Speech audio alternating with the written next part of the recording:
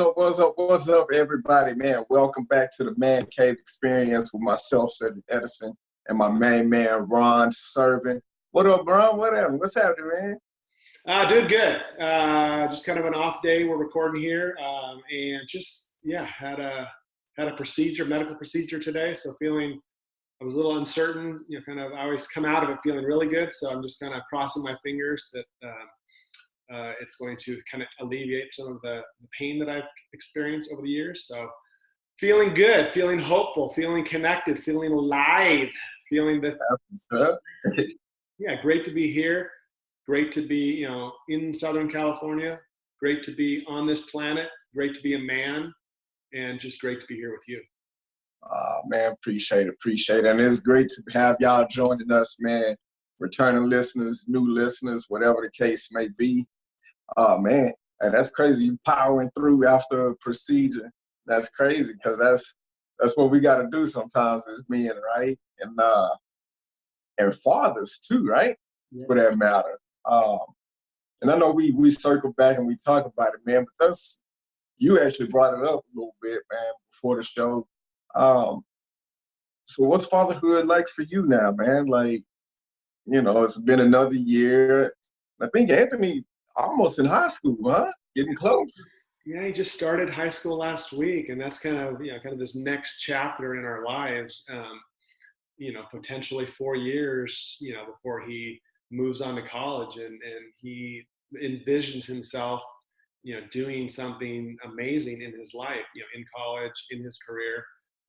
So it's just, kind of a 4 years of, we'll see what happens after that. And just, as we've mentioned before, how important the present moment is, and how, time goes by so fast. 14 years old. I can remember back when I was 14 years old pretty vividly. And now he's that age and stepping into the next, kind of group of grade school, the levels of grade that he has to go through. It didn't sound right. The levels of grade. The level of school, right? Now stepping in, and he's taking, these college classes. He's a very, highly educated, very smart boy, just very passionate about what he does. And so was me. We went to, the kind of orientation yesterday, and just, met. It was back to school night, and we met all the teachers, and just listening to what they're going to be doing. And I'm like, oh my God, not from a standpoint as a father, just, like, oh my God, he's growing up and he's going to go to college, but just the things that are now being integrated into the school system, and just knowing that he has this desire to do all these amazing things, and the opportunities that are going to be there for him, and just to be so proud already for him as a father, and just loving every part of who he is, and just knowing he's challenging himself now to be even more of himself, all of what he is. And just, I'm loving it. I mean, it's just his personality, his compassion, his passion now that's come up. He's in cross country, so he's just absolutely loving that, which I never thought he would engage in. So what's interesting about that part of it is, I was a baseball player, and I think we sometimes recognize as fathers, we want to instill in our children what we think is best for them. And there's parts of that message that is important, and there's parts about that can be challenging, right? So I just know in the sports world, fathers, including myself, going through Little League and being a baseball player, trying to instill upon him to be that baseball player. You got to do this, you got to do that. And he was a great baseball player, but it wasn't his passion. So, I've had to take a step back. I just want to hit the ball, Dad. Right? I mean, just take a step back and just give him some support and say, you can step away. I love you for who you are, but with the caveat that you need to participate in some sporting activity during high school, for all the right reasons, right? To be involved with a group, to be part of the school, to really learn more about the things that you may not even be aware of that you can do. So the reason I'm saying that is he decided to do cross country, and now he's just loving it. He's just we've gone on vacation and he's sticking with it. So that's kind of where I'm at today, is just in awe of him and just what he's doing, partially as a result of me, but even more so now, just a result of him stepping into himself as a 14-year-old and just living life, right? And Man, I think it got a lot to do with you, though, man. Because I'm sitting, I'm like, yo, that's crazy that you're telling me he's doing cross country now. Because I can remember just a few months back. Yeah, it was a few months ago, almost. Y'all posted y'all first, what was it, 3K run? we actually did 10K, yeah. Yeah, 10K, yeah. And so, and then you seeing him talking, you're like, about the passions and all of that. I'm learning more and more every day that they absorb us. You know what I'm saying? For the good and the bad. And I think a lot of that, especially now that you're tapping in, the meditation and coaching and other positive things are coming out to latch on to all the other stuff you taught them too, so yeah. And kudos, bro. yeah, because when you say that, I know there's things as a 2-year-old that are still part of who he is. So I think, as a father and you, the listener, as a parent or maybe a future parent or even a son of a, that you're connected or not connected with your father, how can we understand what our roles have been at different stages of our life and not cast judgment on that, but just look back and say, wow, there's still some things that are part of who he is that I don't have to, go back and fix. That was just the journey at the time. That was my awareness as a father that I thought I needed to do. And that's what you're going through, right, Cedric? Now is you've got a 2-year-old that is listening, it's absorbing all of this information, taking in all of this experience that he's creating with his own, being, but also you're making me dizzy, man. What's going on there? Sorry. But also You got quiet, or I got worried. The environment that you and Kenisha are allowing him to step into. So I'm curious for you, what do you, when you're, kind of going through day-to-day things that you're doing in your life, how do you, what thoughts come up for you? Because you look back in your life and you had your own experience, and now you're putting a, amazing young boy into a situation where he wants to be all that you want him to be and more. So I'm just curious what thoughts are coming up for you when you, kind of go through these different stages of, communication and just expression and just his feelings and just all these things that are coming up. I'm just curious what types of thoughts, after I've kind of told you what I'm feeling, as a 14-year-old son, that you're feeling now as a father of a 2-year-old. Good question, man. Good question. Well,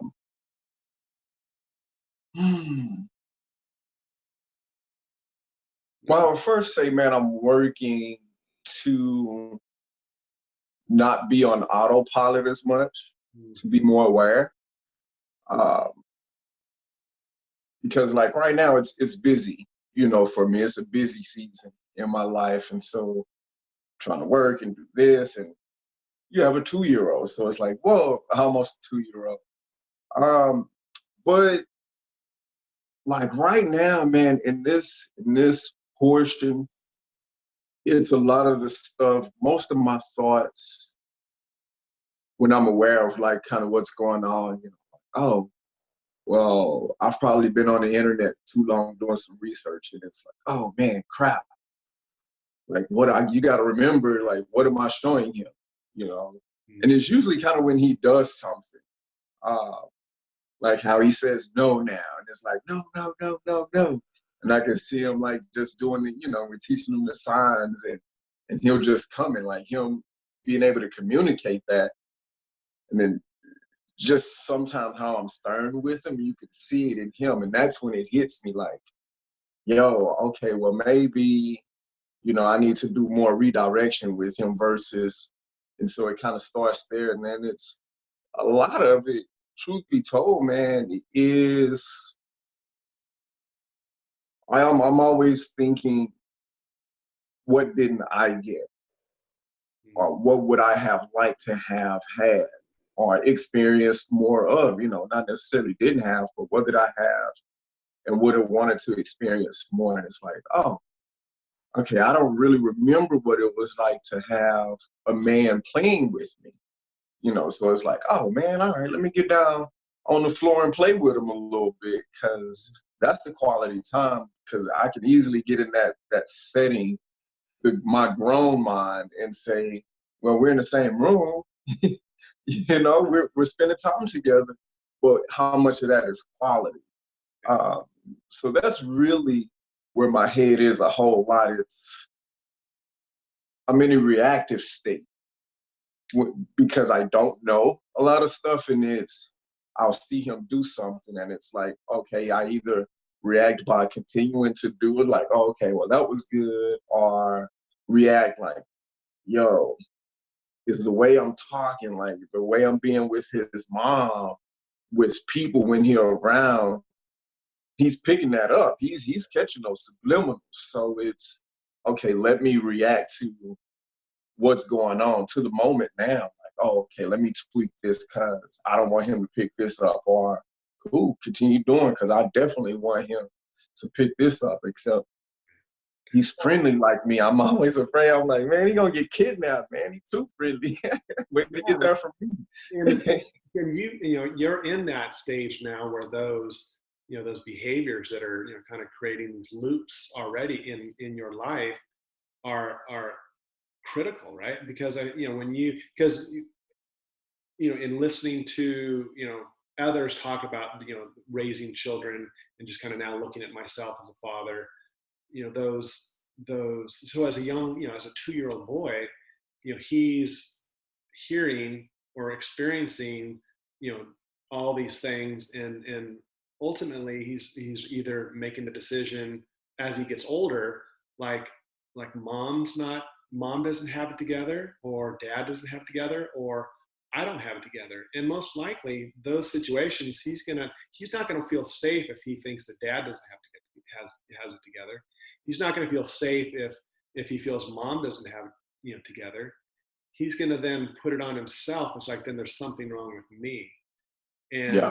so it's important to, and I love the fact that because when Anthony was 2 years old, that wasn't even in my thought process to even consider that. I mean, you're just, like you said, sometimes we're on autopilot and then not realizing just those little interactions that are creating this young mind's ability to cope, ability to react, ability to understand what's going on, and not self-blaming, right? Now we're adults and we hold all this shame or fear or anger towards others or ourselves, and ultimately we tend to blame ourselves because nobody else is going to step up and take responsibility, and how that carries over into our adulthood. So I love the fact that and I'm sure it's not every single time, right? We're human beings, and there's times we do it well and times we don't. So just honor that. I honor that space that you're creating, now, and talking about that and living that, and just know how important that the things you're doing for your for your son now at his age are going to be huge as he is able to kind of understand how to process things in the future, and not shoulder all this pain that we can sometimes transfer over, not even knowing it. Yeah. And man, and I'm like sometimes I get worried because I think about that, like, man, how much of me am I pushing onto him? Because I really want him to box, be like daddy. But I'm one of those, man, when it comes to sports and extracurriculars, screw it. Throw spaghetti against the wall, whatever stick to you, stick to you. I played from cello to, tennis. So I don't care. But it's more like about life, because here recently, because I'm on that motivation, like, let's go, let's get, and I'm thinking like grind mode, like, yo, and just thinking about how I'm designing my life, because probably like the last month, man, it's been really heavy on me. Just looking around and just thinking about happiness and success and being successful. And what came up for me is, like, a part of my why is I don't want a daycare kid. Um, and now I'm looking for ways to buy back my time, because that's what what freedom is for me is to be able to have time, and it's cool to be able to provide for them, but I want to teach him that grind and that hustle, but at the same time, I want to be able to teach him to be free, be able to get his time back. And it could be hard sometimes because I understand like, hey, that's more that entrepreneurial world and it's not really meant for everybody, and trying to figure out now how I'm going to relay that to him. Right. Like, hey, great. Like you're an arborist and we were just talking, you had some plans. Like, cool. If you like trees, doesn't necessarily mean, and this is really my belief, like it doesn't necessarily mean you need to go and work for somebody. You can gain the knowledge and create your own thing and still be doing whatever it is you love, but you can be free, and trying to, that's a really big worry of mine is how am I going to pass that down to them and teach these strong life lessons and paradigms, that I know work, and well, and know that you are. I guess that's part of the the acceptance about who we are, right? Is acknowledging what we have done. Maybe we can do better. I mean, we can always take more actions, but there is that need as fathers to be able to to understand and really appreciate ourselves, right? Because and that's part, this conversation we're having today, this is probably one of the highest needs that we felt, that why we do what we're doing here. Because how many men are having these types of conversations around, with others about their sons? I'm hoping a lot, but what I would guess is there are some conversations. You're in two different areas. You don't necessarily accept what that man is saying about them raising their son versus being open to supporting and maybe giving some guidance, or allowing receiving input from another father that is going through maybe some challenges and has got past that, and then to be able to share that. So I love the fact that you and I said are just committed to just this conversation. And for you, the listener, how do you incorporate these types of conversations, with your husband? How do you incorporate these types of conversations with your brothers, knowing that, they have, conversations with other men in their life around their family and raising children.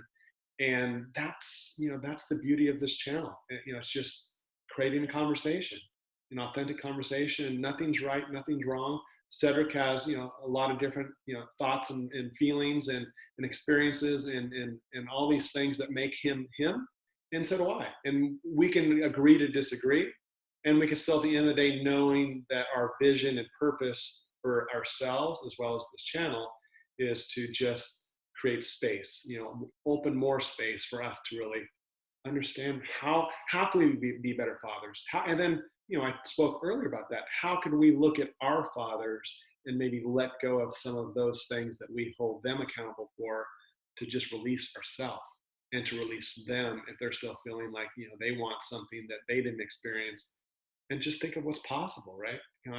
My father passed away a few years, gosh, 6 years ago, and I was more the father to him. I made that conscious decision to not hold him accountable for being the father that I needed from him, because he, had challenges in his life and made decisions that put him in the position he was at. And unfortunately, he passed away. But the last couple of years of his life, I was able to be his father, to create a space for him to be vulnerable, create a space to look back and have conversations about different times of his life that he felt pain and felt unwanted and not loved. And so we're here talking mostly about our sons. Cedric has a 2-year-old son. I've got a 14-year-old son. But this is kind of more larger conversation, again, about those that may be considering having children, those that have brothers that have sons, those that have fathers that that maybe there's not that connection, and even women that have a husband that doesn't have that connection with their father or their son, and how might they be able to take a nugget from what we're putting out there, and then open up their own space for growth. Yeah. Yeah. Oh, and on was talking about like the stuff with your dad, man. Something I've been working on. It's pretty interesting, man. Is pulling the positive from that relationship to get over the resentment. Just looking at him and all the stuff that he did do, even if it was by way of him not doing it, just, okay, well, you didn't come to the games, man. I appreciate you for teaching me how to do that as a father. And that's what I love about this, because some of that stuff come up from the conversations that we have on the channel. And that's why I'm so grateful that we created this space, because I can go back and listen and it might just pique my interest or get my mind going in a different direction. So that's always my hope. Not that, we the one-all be-all gurus of, of male conversation. Nah, that's not by far. We definitely not that. It's just another path to whoever's journey. And when you were saying that, Seth, because I know you felt it and I felt it, just this sense of sadness. And as men, we oftentimes mask the sadness with fear or anger, because we don't want to. We're not instructed or told to express or experience our feelings of sadness, whether it's crying or sharing with others that we're sad. And this is not my metaphor, but hearing the whole idea that sadness is just a memory of what once was. And if we can shift our mindset when we go through our experiences with our own children, with our looking back at our experiences with our fathers in the past, if any one of you still has the opportunity to experience your father because he's still alive, there's some things that you can let go of and allow maybe your father to let go of, that can create some sense of peacefulness, some sense of those little things that we hold on to. And it could be as simple as, I was speaking to a gentleman the other day about something that he really wanted to share with his mom, something he really wanted to connect to and put out there, but just didn't feel like it was ever going to be heard. Like, she's not going to get it. She's not going to understand. She's never going to change. And then maybe I just kind of planted a seed with him, and maybe you just write that letter that all these things you'd like to say to her. And maybe it's just a letter that's never sent.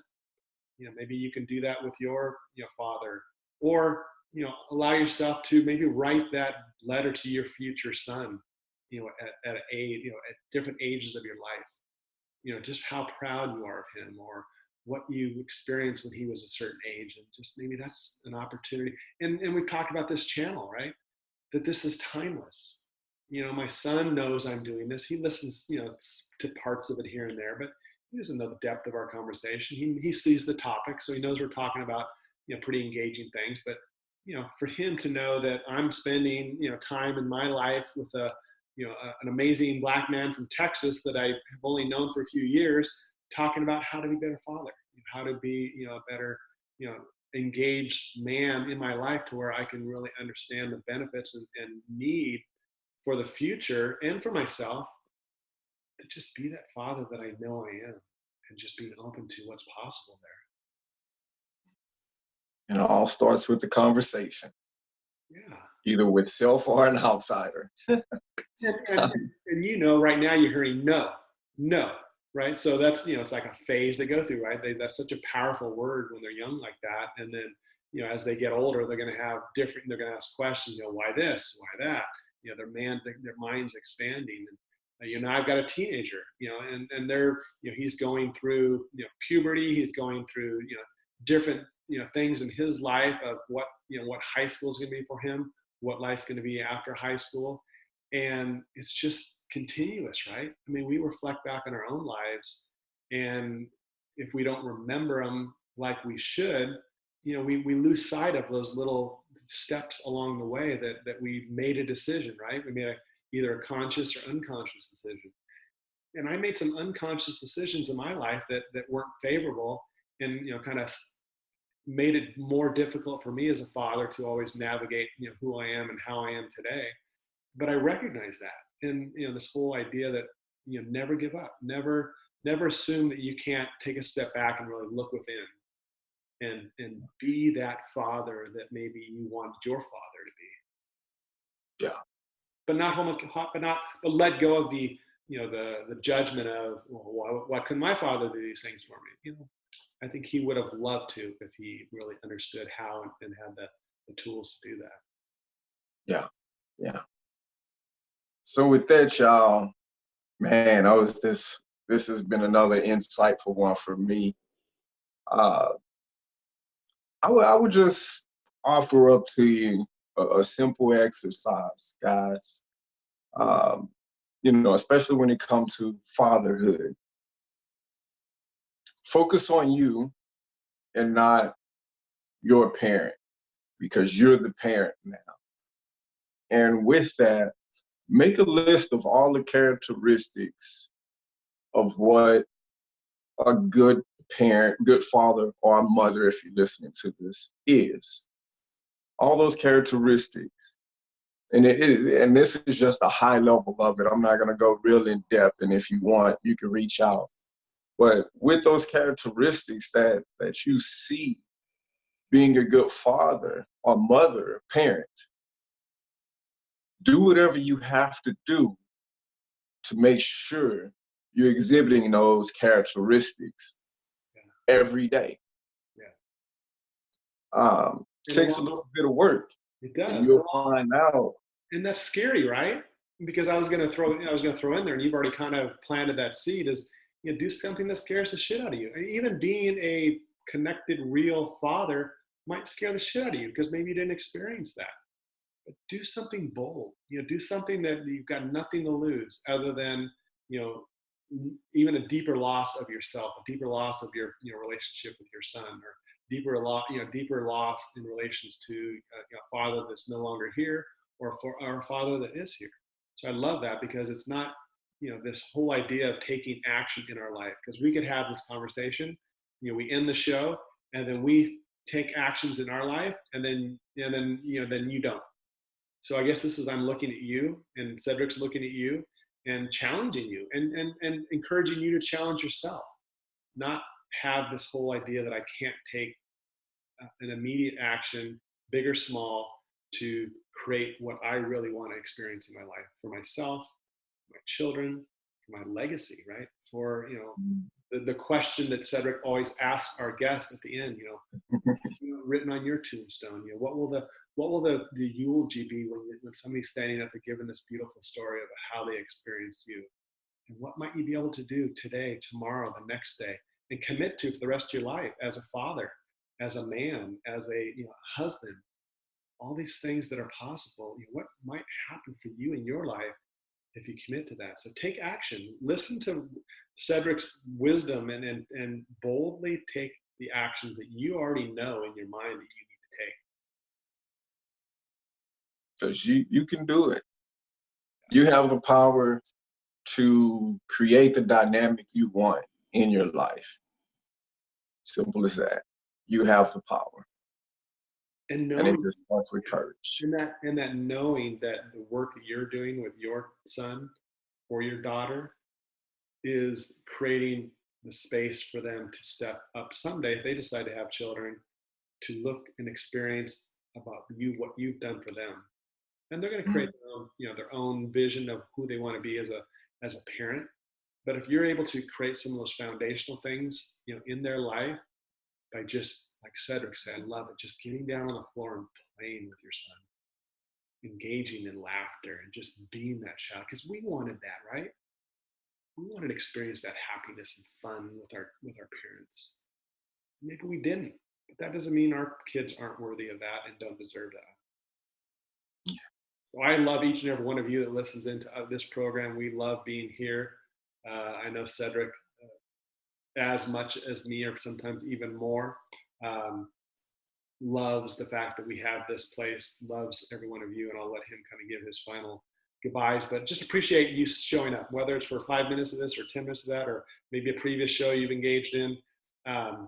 Comment, provide us feedback, boldly ask to come into the cave. Say, I want to come in and talk about this because it scares the shit out of me, or because it's something that I want to bring some good wisdom to the conversation.